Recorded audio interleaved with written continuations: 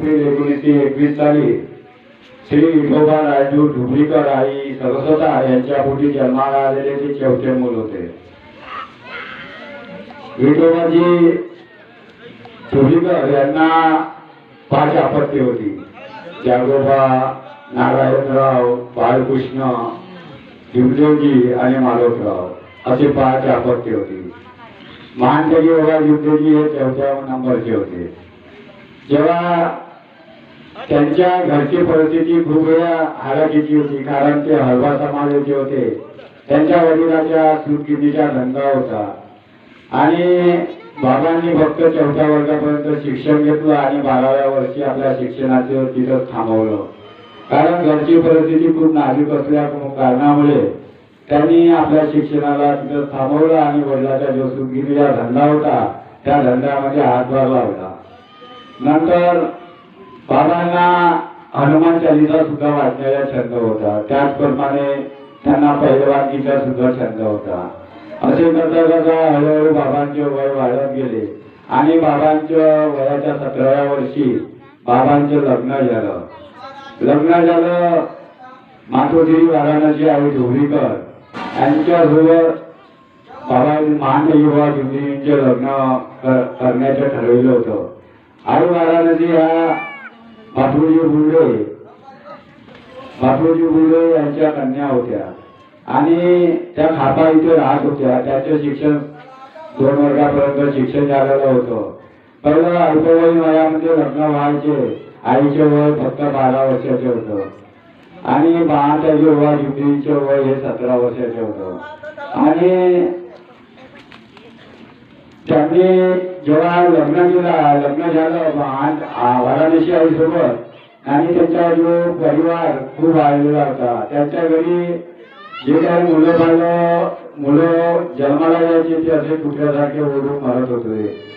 कारण त्यांच्या घरी खूप अशी भुतारकी होती. त्यांच्या वडिलांनी पहिले घर विकत घेतलं होतं. ते घर सावरकरांचं होतं. ते घर विकत घेतलं तेव्हा आजूबाजूचे लोक सांगत होते की त्या घरामध्ये भूत सैतान आहे. इथे मुसलमान नावाचा एक व्यक्ती मरण पावला आणि तो इथे या घरामध्ये 7वा तैफा. परंतु बाबांचे वडील एक गुरुमागी होते. त्यांचे गुरु यादवराव महाराज धापेवाड्याचे. त्यांना असं वाटलं की आपण आपल्या गुरुकडून होवेदना करू आणि या घराची सुख शांती करू. परंतु तसं काही घडलंच नाही. त्यांच्या घरी वारंवार दुःख येऊ लागले. ह्या दुःखाच्या छडा लावण्यासाठी त्यांनी तांत्रिक मांत्रिक केले, डॉक्टर उपचार केले, परंतु त्यांना कुठेही छडा लागला नाही. तेव्हा असे संतापले होते की आता काय करावं. त्यांना काही सुचेना असं झालं होतं. त्यावेळेस ते आपल्या एका घरी असे बसलेले होते. भगवंताच्या रूपातच सध्या एक संन्यासी त्यांना मिळाला आणि त्या संन्याशांनी त्या भगवंताचा विधी सांगितला आणि त्यांनी सांगितलं की हा विधी प्रत्येक जरी माणूस हा विधी जरी संपूर्ण झाला नाही, तिथं अधवेद राहिला तर माणसाचे मरण होऊ शकते किंवा तो पागल पण होईल, ते त्याला आंधळे पण येऊ शकते असे त्या संन्याशांनी सांगितले. सांगितल्याप्रमाणे त्यांना असं वाटलं महानतेजी बाबा ढुबळीजींनी की आपण एवढं मोठं करून चुकलो आहोत. तांत्रिक मांत्रिक केले, एवढ्या देवी देवतांचे पूजन केलं, कोंबडे बकरे म्हटले, परंतु आपल्याला कुठेही नारा मिळाला नाही. म्हणून महानतेजी बाबा ढुबळीजींनी हा विधीला करायचा बा असा निश्चय केला. परंतु त्यांनी आपल्या 4 भावांना सांगितलं की हा विधी अशाच्या प्रकारे आहे, तुम्ही जरी करत असाल तर तुम्ही करू शकता. परंतु 4 भावातून एकही होकार दिला नाही, कारण सर्वांना जीवा मरण्याची भीती असते. एकाने असं म्हणलं नाही की मी हा विधी करतो. महानतेजी बाबा ढुबळीजींनी सांगितले की मी हा विधी करायला तयार आहे आणि हा विधी करते वेळेस मला जरी काही झालं तर माझा परिवार आहे, माझा मुलगा आहे आणि माझी पत्नी आहे, याचा तुम्ही सांभाळ कराल असे बोलून महानतेजी बाबा ढुबळीजींनी 24 नोव्हेंबर 1945 साली विधीला जो सोमवार होता त्या दिवशी विधीला सुरुवात केली आणि विधीला सुरुवात केली. हळूहळू विधी चांगल्या तऱ्हेने पार पडू लागला. एक दिवस 21व्या दिवशी महानतेजी बाबा ढुबळीजींची पत्नी नारायणरावची मुलगी, तिच्या अंगाला खूप असे फोडं आलेले होते. त्या फोडातून रक्तपूर वाहत होता. तिला मुंग्या सुद्धा लागलेल्या होत्या. तेव्हा नारायणराव घाबरले, आता काय करावं. त्यांनी धाव महानतेजी बाबा ढुबळीजी पर्यंत घेतली परंतु महानगरी व जिल्ह्यात तोडून सुद्धा तेच शब्द निघाले, मी काय करू, मी सुद्धा आता फक्त भगवंताच्या विधीला सुरुवात केली आहे, यातलं मला काहीच कळत नाही. परंतु महानगरी व जिल्ह्याने आपली पुतणी आहे व आपली मुलगी आहे म्हणून त्यांनी त्या मुलीला बघायला गेले तर बरोबर तिच्या अंगातून रक्तपुरवठा वाढ होता.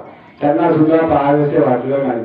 तर महानगरी व जिल्ह्याची जेव्हा भगवंतासमोर प्रार्थना केली त्यांनी आणि भगवंताला योग मागितला की भगवंता एक तर त्या मुलीला बरं करा, नाही तर मला आपल्यामध्ये विलीन करा, असे शब्द भगवंता समोर ठेवले.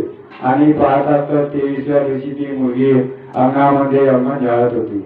असा महानदेव युद्धजींना अशा प्रकारे भगवंतावर विश्वास पटला की या जगामध्ये आत्मेतून जरी आपण भगवंत मानला तर भगवंत आहे असं त्यांना वाटलं आणि आपली त्यांनी विधी पूर्ण केली. त्यांच्या विधी संपूर्ण 6 जानेवारी 1946 ला त्यांनी पूर्ण आपला विधी संपन्न केला. त्यानंतर त्याप्रमाणे आपण आपले जसे कार्य आपले समाप्त होतात आणि आपण मार्गदर्शनाकडे जातो त्याचप्रमाणे ते सुद्धा त्या संन्यासाकडे गेले आणि त्या संन्यासाला समोरचे विचारू लागले. तेव्हा त्या संन्यासाने सांगितलं की तुम्ही 3 हवन करा.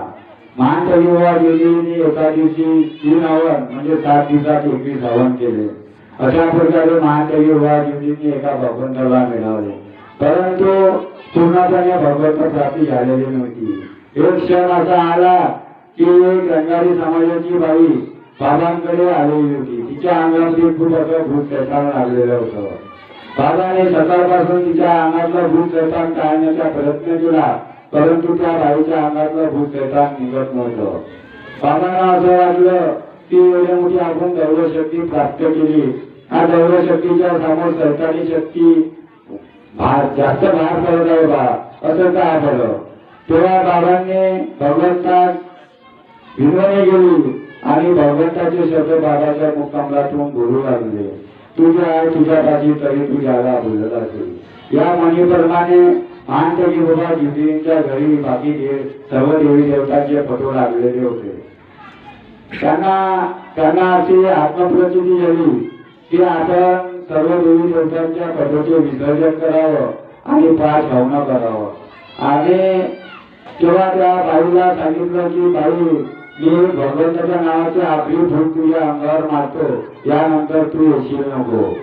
आणि त्यांनी भगवंताच्या नावाची आपली भूक मारली आणि त्या बाईच्या अंगातील पूर्ण भूत शैतान नाहीसं झालं. बाबांनी जे भगवंताला वचन दिलं होतं परमात्मा एक आणि मर्यादा जीव भगवत नाम पर, त्या 2 वचनाप्रमाणे बाबांनी त्यांच्या घरी जे देवदेवतांचे फोटो लागलेले होते ते सर्व विसर्जन केले आणि 5 हवन केले. त्या 5 हवनामध्ये बाबांचे संपूर्ण 5 हवन चांगले झाले आणि एक भगवत प्राप्तीच्या 6वं जेव्हा हवन करायचं होतं तेव्हा बाबा देवभान विसरले आणि 6वं हवन घरच्या लोकांनी केलं. आता बाबा देवभान विसरले होते. घरच्या लोकांना असं वाटलं की बाबा देवभान विसरले, आता आमचं काय होणार. तेव्हा घरच्या लोकांनी भगवंता शिव मागितला. 3 महिने सतत भगवंताचे कार्य केले आणि बाबांच्या देवदानातून वापस येण्यासाठी ते 3 महिने कार्य केले आणि बाबा 15 नोव्हेंबर 1948 साली त्या विधीवर येथून बाहेर आले. आणि 25 ऑगस्ट 1948 ला आपण जो भगवंत प्राप्ती भगवत प्रगट दिनानिमित्त हवन करतो षष्टीचे हवन, ते बाबांनी 25 ऑगस्ट 1948 ला एका भगवंताची प्राप्ती केली. नंतर बाबांकडे जे काही दुःखी कष्टी लोक जात होते त्या दुःखी कष्टी लोकांना बाबा आपल्या अनुभव सांगायचे, भगवंताचे मार्गातील अनुभव सांगायचे. त्यांना हळूहळू पटू लागले आणि त्यांचे दुःख सुद्धा दूर होऊ लागले. हळूहळू एकामागे त्या मार्गाची सेवक जुळू लागले. पहिले सेवक गंगाधरजी रामदास जुळले, दुसरे बाजीरावजी माते. अशा प्रकारे एकामागे एक सेवक जुळू लागले. बाबांना असं वाटलं की आपलं दुःख दूर झालं. आपण भगवंताला वचन दिलेलं होतं की मी निष्काम भावनेने निस्वार्थपणाने या मार्गाला पुढे नेईल. हे भगवंताची कृपा दुःखी कशी मानवापर्यंत पोहोचविल. यासाठी महानदेवी बाबा जिंदगीने सन 1949 साली या मानव धर्माची स्थापना केली. आणि या मानव धर्माच्या स्थापनेनंतर बाबांनी या मार्गाच्या प्रचार